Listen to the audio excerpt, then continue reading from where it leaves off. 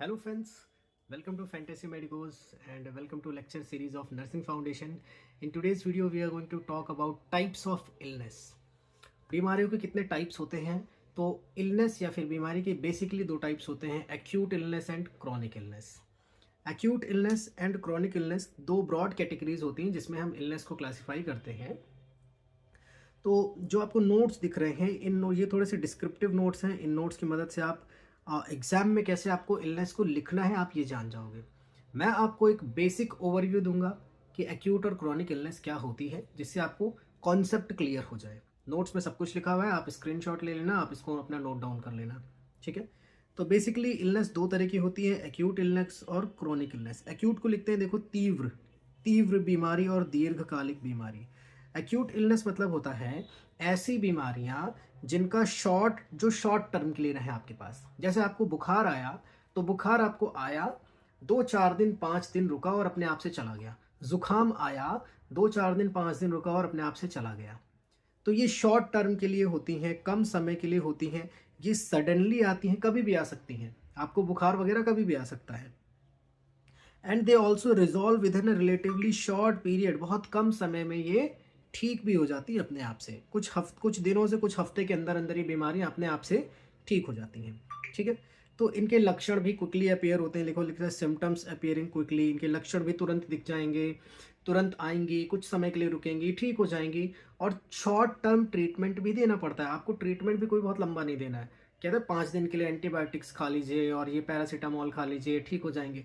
तो these types of disease are classified under acute illness, जो कम समय के लिए, जो सडनली आ जाएं, कुछ दिनों से कुछ हफ्ते तक रुकें, हल्का फुल्का आपने ट्रीटमेंट दिया और डाइट को मॉडिफाई किया और वो अपने आप से ठीक हो जाए, इनको हम लोग कहते हैं एक्यूट इलनेस.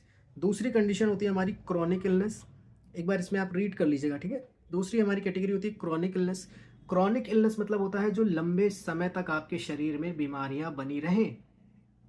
सबसे बेसिक एग्जाम्पल है डायबिटीज हो जाना, किसी को शुगर हो जाना, थायराइड की प्रॉब्लम हो जाना, हाइपरटेंशन, है ना.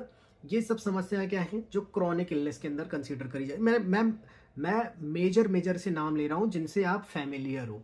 ठीक है. इसके अंदर और भी बहुत ब्रॉड कैटेगरीज होती हैं. काउडाइकोनर सिंड्रोम है, सियाटिका है, ग्याबारी सिंड्रोम है, उसके बाद ऑस्टियोआर्थराइटिस है, रूमेटॉइड अर्थराइटिस, ऐसे करके बहुत सारे हैं. तो मैं आपको फैमिलियर टर्म्स ले रहा हूं जिससे आप कोरिलेट करके एग्जाम पर्पस के लिए आप लिख सको. ठीक है.